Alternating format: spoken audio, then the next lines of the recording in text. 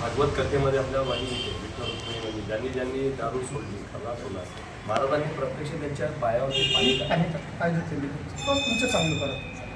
मला तसं वाटायला लागलं की तुमच्या हे जे संदेश आहे हा महाराष्ट्रामध्ये मोठमोठे कॉलेज आहे, तर कॉलेजमध्ये सुद्धा असे कार्यक्रम व्हायला पाहिजे, कारण मुलं व्यसनाधीन झाले आहेत.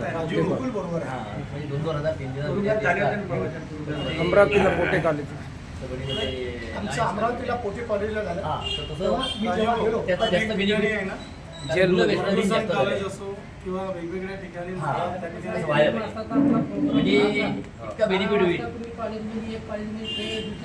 करून राहिलं ना तसं. रोज रोज आजकाल मुलं गांजा शाळेला घ्यायला कॉलेज नाही, नाही, इथे पण केलं. इथं आपली संतांची इंग्लिश मिडियम स्कूल आहे.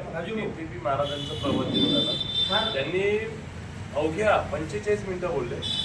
कितीतरी विद्यार्थ्यांनी त्या छोटे छोटे बोलत त्यांनी जे महत्त्व सांगितलं. या ठिकाणी आमचं म्हणजे कसं आहे की खऱ्या अर्थानं महाराजांचं जे भागवत आहे ते भागवत काही वयाच्या 50 वर्षानंतर ज्यांना अध्यात्म म्हणून तिथं जाऊन बसायचं आहे बा, भागवत ऐकल्यानं पुण्य लाभ त्याच्यासाठी नाही. तर सर्व तुकडोजी महाराज, गाडगे महाराज आणि कर्मकांड आहे. आणि खऱ्या अर्थानं भागवत आहे ते 14-15 वर्षाची जी बिघडणारी पिढी आहे किंवा जे आईवडिलांना वृद्धाश्रमात पाठवणारे पोरं आहेत, आईवडिलांची दखल न घेणारे हे आहे, या सर्व पिढीसाठी त्या अनुषंगानं ती कल्पना आहे. ज्यावेळेस रमेश भाऊ आणि सर्व ही आयोजक मंडळी आमची चर्चा झाली की इथं भागवत घ्यायचं, या ठिकाणी कोणीतरी आयोजक पाहिजे मोठे वणी शहरात. आम्ही आहोत सोबत, बाकी सगळं मंडळ आहे. आज हा ग्रुप जुळला, असे अनेक आहेत. मागे जयताई मंदिरात सकाळी पहाटेचं कीर्तन झालं. कधी नव्हे तर 300 लोक त्या सुरुवात सकाळच्या 5 वाजताच्या कीर्तनाला पहाटे लावले. हे सर्व आता तुषारजी नगरवाला असेल, बाकी सर्व असेल, जयताई मंदिर असेल, मणीतील आपली आता हे रामदून मंडळ आहे, राजू भाऊचं. तर असे सर्व मिळून आपल्याला वणीला पाण्याच्या टाकीच्या मैदानावर जो भव्य महाराजांनी काय विचार सांगितलं, आपल्याला एक मॉब आणि त्या लोकांजवळ जास्तीत जास्त विचार केला पाहिजे. आणि शासनाच्या माध्यमातून जिल्हा परिषद शाळा असो, हायस्कूल असो, शिक्षण विभागाच्या माध्यमातून त्या ठिकाणी सुट्टी मंजूर करून ते लोक कालावधी आहे त्या अशा सलग सुट्ट्या बघून आपल्याला तो कार्यक्रम राबवायचा. महाराजांचं भागवत चिखलगाव परिसरात ज्यावेळेस झालं होतं, आम्ही ITIला गेलो. त्या आश्रम शाळेमध्ये एक मॅडम होत्या, आपली परसोड्याची नाही का, त्या मॅडमचं सातत्यानं नाव घ्यायचा. ते आश्रम शाळेतले हुशार विद्यार्थी ते काय करायचे, लपून खर्रा वगैरे खायचे. मॅडमला ते नाही, परंतु त्या मुलांनी जो म्हणजे 20-30 मुलांनी खर्रा सोडला, व्यसन सोडलं. तर आज ते मुलं आमच्या संपर्कात आहे आणि त्यांचं जीवन बदललं. तिथून ITIमध्ये गेलो. ITIमधल्या जवळपास एक 400-500 मुलांनी चहासोबत जे इतर काही व्यसन असतात, खरा संपादाचे पुड्या खाण्याचे, गुटखा असो काही असो, ते सुद्धा त्या लोकांनी त्या ठिकाणी सोडले. अतिशय चांगलं. आणि त्याच्यानंतर एवढंच नाही तर जे पुण्यातील किंवा या वेगवेगळ्या ठिकाणचे जे कॉलेज आहे, कॉलेज महाविद्यालयामध्ये फक्त माईकवर मार्गदर्शन मोठे महाराज असो, अनुषर महाराज असो यांच्या माध्यमातून जेलमध्ये, नागपूरला कथा झाली, वर्धेला कथा झाली, नागपूरला कथा झाली, जेलमध्ये महाराजांनी सर्व कैद्यांना त्या ठिकाणी हे केलं.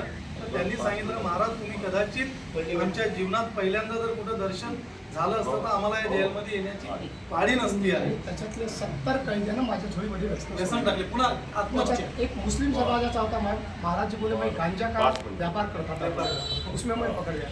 एक माणूस ओळखीचा भेटला, म्हणजे महाराज तुम्ही आमच्या गावात आले, पण रागाच्या भरात मी पत्नीला कुऱ्हाड मारली म्हणे आणि दारूच्या नशेत मी ऐकलं नाही म्हणे तुमचं. तो रडला मग नंतर. ते नाही, सगळे कैदी रडले तिथे खरं पाहिजे जेव्हा मी दारूबद्दल बोललो. आणि शाळेतली कितीतरी मुली मी पाहिलं की तुम्ही जेव्हा दारूबद्दल एक गोष्ट सांगितली त्यांनी, तर ते अक्षरशः बिलकुल रडले. आणि हे काम सगळ्याचंच आहे खरं पाहिजे. हा विचार जेव्हा तुमच्या माध्यमातून जाईल ना लोकांपर्यंत, एक चळवळ निर्माण होईल. आणि आपल्याला सगळेजण आपल्याला वाटते की आपल्या परिसरात व्यसनमुक्ती झाली पाहिजे. म्हणजे 398च्या ज्या कलमा होत्या किंवा जे भावाभावाचे धुळ्याचे झगडे होते ते सुद्धा भागवतात संपले. बरं, सासू सुनोचं न पटणारे एकमेकाचे ते काम करावं लागले. आमच्या गावातले उदाहरण आहे बरं, की रामचंद्र वाबिटकर, मनोहर वाबिटकर, नाही तर काही एकमेकाच्या वावरात ढोळ असलाचे. आता एकमेकाचे वावर ते एकमेकाला वाहू लागते. काहून तर हे शंकरबाबाच्या मंदिरात भागवत चालू होतं. तिथं रडले, मिळले, भाऊ आले. मी रामायण संतांनी भरताचं महत्त्व सांगितलं किंवा अक्षरशः 2 जण रडले. आणि त्याच्यानंतर महाराज कधी आम्ही भाऊ बांधणार नाही. अशा अनेक. परवा विठ्ठल मंदिरामध्ये एक महिला आली, महाराजाच्या पायावर डोकं ठेवून रडायला लागली. महाराज तुम्ही 2 वर्षाच्या जर आधी वरीत आले असते तर माझं कुंकू पुसलं नसतं गेलं म्हणे. कारण त्या पत्नीला खर्ऱ्याचं व्यसन होतं आणि कॅन्सर झाला. तो अक्षरशः खर्रा खाऊन झोपत होता. घेऊन झोपत होता. त्यामुळे ते कॅन्सरचं प्रमाण वाढलं. दुधेवार म्हणून आहे. रवी महाराज जन्मण्याची 2 वर्ष आधी आले असते तर आमच्या घरचे माझं कुंकू पुसलं नसतं गेलं. इथपर्यंत त्या महिला येऊन सांगतात ना.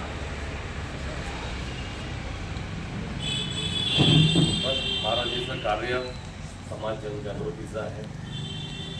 तर आपलं सुद्धा कर्तव्य आहे समाजाप्रती की आपण त्यांची जे कार्य आहे सामान्य लोकांपर्यंत तुमच्या माध्यमातून तुम्ही बघा 4 पत्रकार आहात. तुमच्या सर्वांचं सहकार्य लागलं. तुम्ही आता त्याचा वेळ राहील